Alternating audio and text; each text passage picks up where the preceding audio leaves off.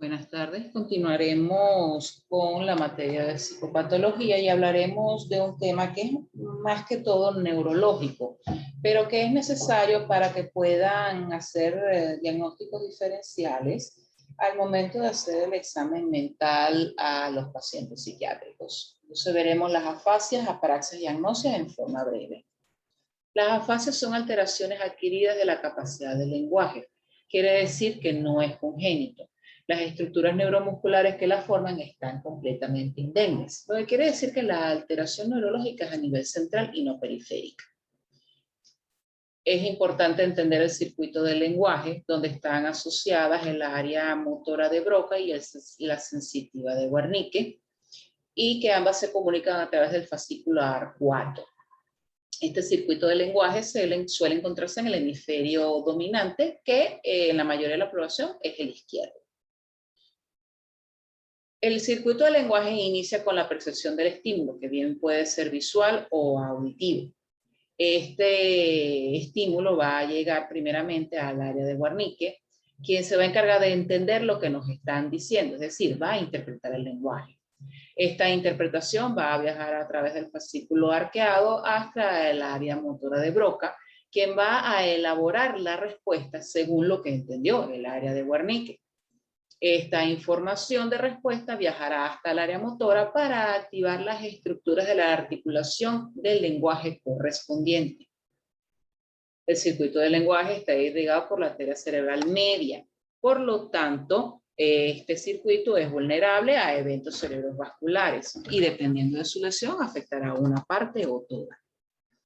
¿Qué es importante al momento de evaluar las afasias? Bueno, veremos la fluidez, donde veremos el componente motor, la comprensión, que es entender lo que dice, la repetición, que involucra tanto el área sensitiva como motora, la denominación, que es la identificación de los objetos, lo que quiere decir que abarca un área sensitiva. Y tenemos la lectoescritura, que puede estar alterada, depende también de factores socioculturales, analfabetismo, alteraciones motoras distales, entre otras. Aquí pueden ver brevemente la diferencia entre el área de Wernicke y Broca. La de Wernicke tiene que ver con alteraciones del área sensitiva y la de Broca con las alteraciones motoras, es decir, que vamos a ver la fluidez. La de Wernicke está irrigado por la rama inferior de la arteria cerebral media y la de Broca por la rama superior. En la de Wernicke el paciente puede hablar con fluidez, pero cambia o invierte las palabras.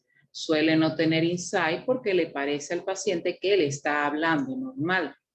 Pero, ¿qué es lo que ocurre? Que él no entiende el estímulo que está captando su cerebro. Es decir, recibe la información, pero la alteración de Wernicke no logra interpretarla bien. En la fase de Broca pueden haber hallazgos visuales como desviación de la mirada del lado de la lesión y una hemiparesia contralateral. El paciente sabe lo que dice, pero se da cuenta de que nadie lo está entendiendo. Recibió bien el mensaje, lo interpretó bien, pero no logra comunicar. Se torna muy ansioso porque se da cuenta de que nadie lo entiende. El paciente tiene insight de su afección. Y aquí pueden ver un cuadro comparativo de las diferentes áreas neurológicas que se exploran según las diferentes alteraciones. Es importante diferenciar ciertas afecciones con las afasias y los trastornos del lenguaje.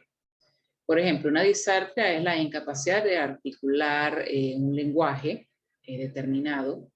La disfonía no es más que pérdida de la voz que puede llegar a afonía, que es la pérdida absoluta sin llegar a un mutismo. La dislalia puede o no ser cultural. Hay una dislalia que podríamos llamar fisiológica, que la tienen los niños pequeños a medida que van creciendo y va madurando su proceso motor de pronunciación. Comienzan a tratar de repetir y a decir palabras, pero que a medida que van creciendo y se les va corrigiendo, logran pronunciarla mejor. Por ejemplo, en vez de decir mariposa, dicen patitosa. No es luenga, es lengua, entre otros ejemplos.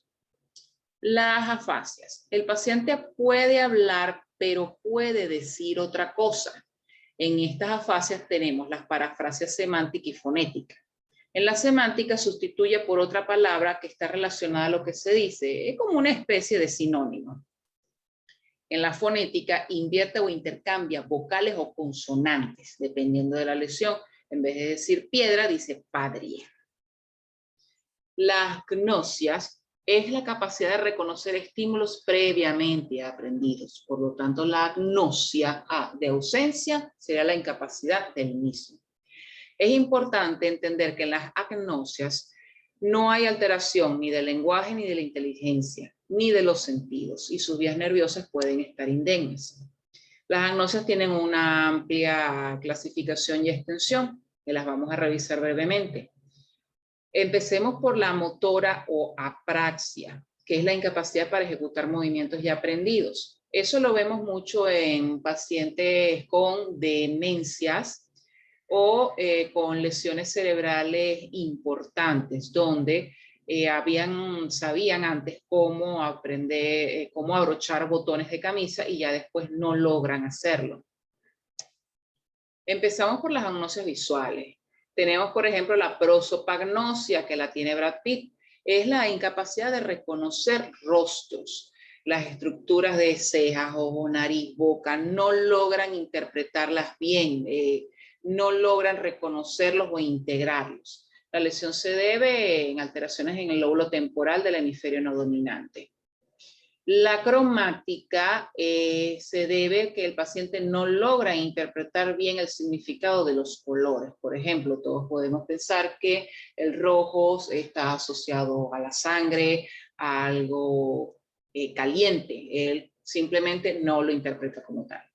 La simultagnosia es el paciente que no logra interpretar cuando hay varios objetos que están al mismo tiempo en una misma imagen. O sea, por ejemplo, esos juegos de buscar objetos en una imagen que están escondidos, un paciente no logra hacerlo porque no los va a ver ni a interpretar. La cinetoagnosia es es una incapacidad de reconocer objetos que están en movimiento. Es decir, ve un avión que pasa rápido, puede escuchar el ruido, saber por el ruido que es un avión, pero por verlo no lo reconoce. Las alexias forman parte de los trastornos del lenguaje que tienen una clasificación bastante extensa, no serán objeto de estudio del día de hoy. Es donde el paciente no reconoce letras o interpretación, no por analfabetismo. Ojo, el paciente puede ser alfabeta, reconocerlo, pero perdió esta capacidad. Las agnosias auditivas pueden ser verbales y no verbales. En la verbal, el paciente tiene incapacidad para diferenciar y comprender las palabras de forma oral. Puede entender la escrita, puede entender los lenguajes simbólicos, pero la oral no la entiende. Hay que diferenciarlo de las afasias de Wernicke de carácter auditivo.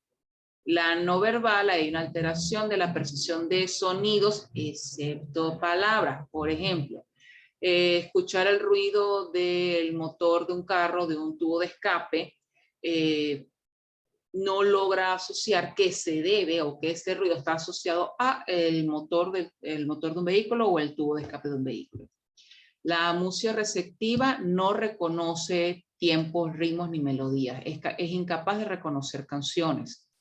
La fonoagnosia es que el paciente no reconoce voces que ya le eran familiares. En las agnosias táctiles tenemos la asteroagnosia. Hay una lesión del lóbulo parietal no dominante, donde el paciente puede reconocer objetos, pero solo a través del tacto. Es decir, ustedes le ponen una lata de Coca-Cola, él puede describir el color, puede decir las letras que tiene, identificar el líquido, puede olerlo, pero no les van a decir es una lata. Es imposible hasta que la toque. Las agnosias corporales, tenemos la somatoagnosia, que es la falta de reconocimiento del cuerpo. El paciente puede sentir, puede verlo, pero no reconoce la extremidad como propia. La hemisomatoagnosia es que no reconoce la mitad del cuerpo. El paciente busca justificar a través de fábulas, cuentos, o puede llegar a ser algo delirante, el por qué la mitad de su cuerpo no le pertenece. La autotopagnosia es la pérdida del sentido de la postura de partes del cuerpo. Es la incapacidad para localizarlo. Esto se debe a lesiones del área 39 y 40 en la circunvolución parietal inferior. Estas tres alteraciones son del lóbulo parietal no dominante. La somatoparafrenia, el paciente interpreta la extremidad como parasitaria, implantada, no es mía, es extraña, como que no forma parte de mí. Y en la misoplegia es el rechazo y odio a una parte de su cuerpo. Es el paciente que quiere amputar el miembro, que para él la foto ideal sería sin esa extremidad. La nalgoagnosia es donde se pierde la relación del significado con el dolor.